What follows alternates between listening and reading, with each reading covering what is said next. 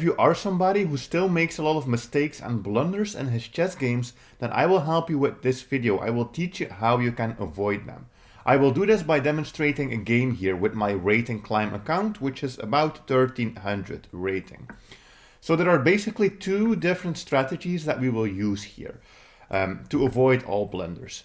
One is going to be a check that we do every time our opponent makes a move, and the second one will be the CCT strategy. Usually for the opening, you don't really need this if you just follow normal opening principles. For example, this game I will just play a very normal opening. I will just put my pawns here in the center, I will develop my pieces, and I will castle. And that is it. I'm not really going to do anything crazy. Or at least that was not the plan. But my opponent here is playing very aggressive chess. So one of the first strategies is that whenever it is our turn to move, we have to do what is known as a CCT check. Checks, captures, and threats. Those are the types of moves that we want to calculate.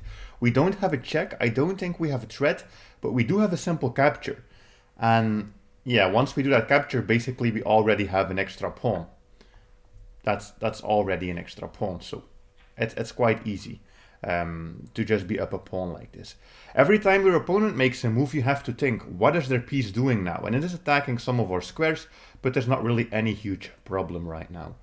There are a couple of things I can do. I could potentially take, I think take, and after some trades, maybe go after this with my knight. Which is also the CCT strategy, checks, captures, and threats. That was a capture. That's also a capture. It depends a little bit. They might take with the knight, they might take with the king. We have to move our knight, but my idea was to move it in a way that I can attack this pawn. So for example, here. And even if they try to protect it, I can take en passant, and then I will have basically a free pawn. So that is what I am going to do here. And you can see that it's pretty simple to find the best moves if you use the CCT strategy. My opponent gives me a check, of course, it doesn't matter because I can just block, and now their bishop is also under attack. They have to move it. Whenever they make a move, I always do a quick check, but this is not doing anything. So that means we can just grab another free pawn, and we are also attacking their bishop. So they are forced to move this or to protect it. Right now, we are already basically winning. We are already up quite a lot of material. When that happens, usually what I will do is just trade pieces. So also do a capture. Because the more pieces we trade, the closer we are going to get to an endgame. And if we have more material, here we have 2 extra points of material, because I think it's just 2 pawns that we have, right? Yeah. So it's going to be easy to win this in an endgame, or at least it should be easy. I do have a problem here that my pieces cannot really develop anywhere. So yeah, I will have to fix that. I think I will play actually pawn to c4, so I can play my knight to c3. And then in the future probably play the pawn to e4 as well, so I can develop my bishop. Because right now getting my pieces out into the game is the most important thing.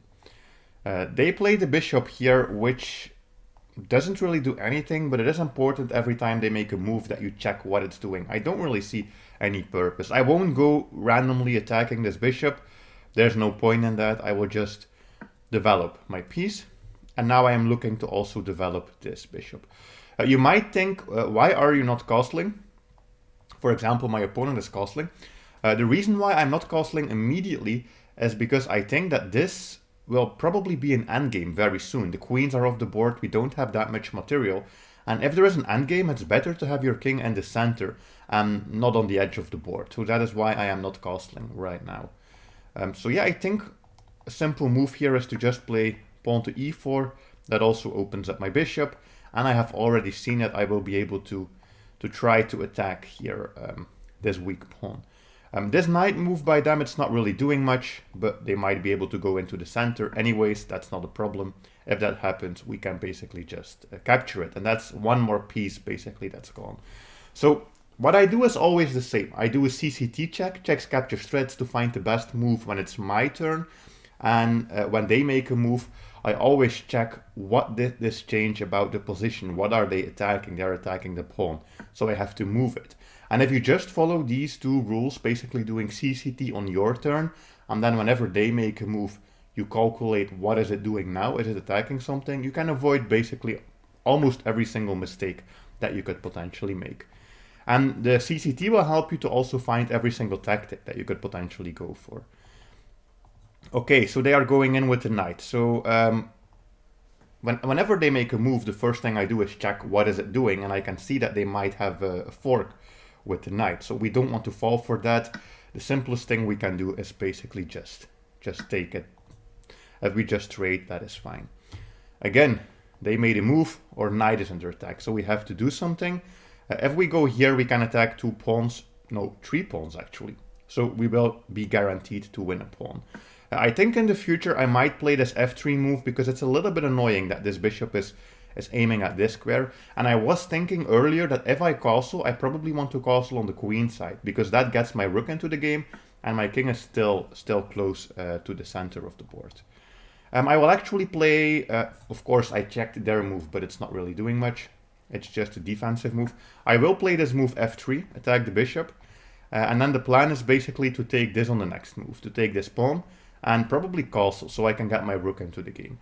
And then I think we will have a very easy position. We will just be up 3 pawns and we don't really have any opportunity to blunder because whenever they make a move, we check what it's doing. By the way, for the CCT, the checks captures threats, so you should calculate all checks and captures. This was a good example of a threat. A threat means we are immediately attacking a piece, they are forced to move it, that makes things very easy for us, and if they don't see it, then they immediately lose. We can take this, they will probably attack the knight, but when we castle, or rook will be protecting, plus the knight is also attacking this bishop. So yeah, I think we are now up 3 pawns already, so this is going to be a very easy endgame.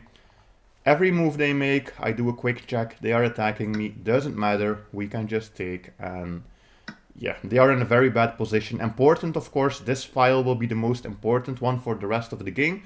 This is where the rooks can basically infiltrate the position. So now I can castle, and I have my rook on the right file, and my king is actually close by to protect.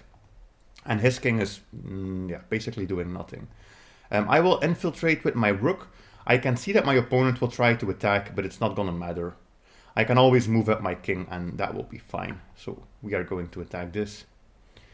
I think he will probably push, okay, or he will protect. It is fine anyways. We can double up, and now we have 2 rooks on the open file, which means we will be able to also infiltrate into their position, maybe trade something. What are we going to do here? I think it's smart to protect it like this, and not like this in the future. Because if we protect it like this, they might double up the rooks, although we can probably give a check. But I will be protecting it here from the f2 square. It also keeps my king a little bit closer to the center still. So I think this is fine. If they take, it's fine. We can just take this with the pawn. Yeah, and now they are trying to go for a check. So every move they make, I quickly check what is it doing. They are trying to check me. So I can just protect. And if they try to do it with 2 rooks at the same time, which seems logical, they are going for it, we just have this simple check. And that means we will also be able to trade a rook. They don't capture, which is fine. I think we just captured this. And now basically we have a 3 pawn up endgame. Yeah, that should be a guaranteed win basically. Because if you have a rook endgame and you are only up, let's say 1 pawn, it can be a draw. 2 pawns you should win. 3 pawns, there's no way you lose this. Unless if you make a very, very huge mistake. I still keep an eye on what my opponent is trying. Like, they are trying to infiltrate the position. I don't need to allow that. I can just move my king over and block these squares, basically. Yes, they can probably swing over to that side of the board. But it's just moves like this. Not necessarily you have to play this, but I just want to see if I can stop them from entering the position. And they don't even go for this. So that means we get an extra pawn. So now we have 4 extra pawns. So yeah, this should be quite an easy endgame. What do you do once you have so many extra pawns? You try to go for a promotion because that will give you an extra queen. And with an extra queen, it should be an easy win. I am also looking, if he is going to trap his own king, then maybe there will be some type of checkmate I can do, like a pawn push checkmate or something. Like he is putting his own king in some trouble, but I don't think there's anything immediately. Probably we just push. We just push the pawn. Okay, so he is trying to go for the check, which is fine, because even if he starts grabbing all of the pawns, we are basically almost promoted. Just 2 more moves and we have a queen. So he can go for this. Yes, it's a little bit of counterplay he will get, but it's not going to work. Okay, he is attacking my rook, which means I have to move it. I think this is a good move. We are protecting, and also we can push on the next move. And basically I want to go for promotion. That's all I care about. That's fine. We are looking to promote, usually by pushing the rook. And if they do this, our goal is to get a second pawn there. Because if we can get a second pawn, then we can attack the rook and we can basically force the trade. And this also takes away the square from his king. So his king can't really go anywhere inside of our position. So black is in zugzwang basically. Whatever they do, they will lose. We can just play this. And then on the next move I play this. And that's going to be an extra queen. So whenever they play a move, I don't always say it, but whenever they play a move, yes, I always calculate quickly what was their piece doing previously, what are they doing now. And whenever it is my turn to move, I usually always think about the CCT, the checks, captures, and the threads. And in the endgame, all I care about is promotion, basically. Okay, they want to play it this way, it doesn't matter, we are going to get a queen. And they resign. All right, and I think that was it. That was just a perfect game, perfect example of how you can immediately improve your chess. If you want to learn more, you should watch this video next.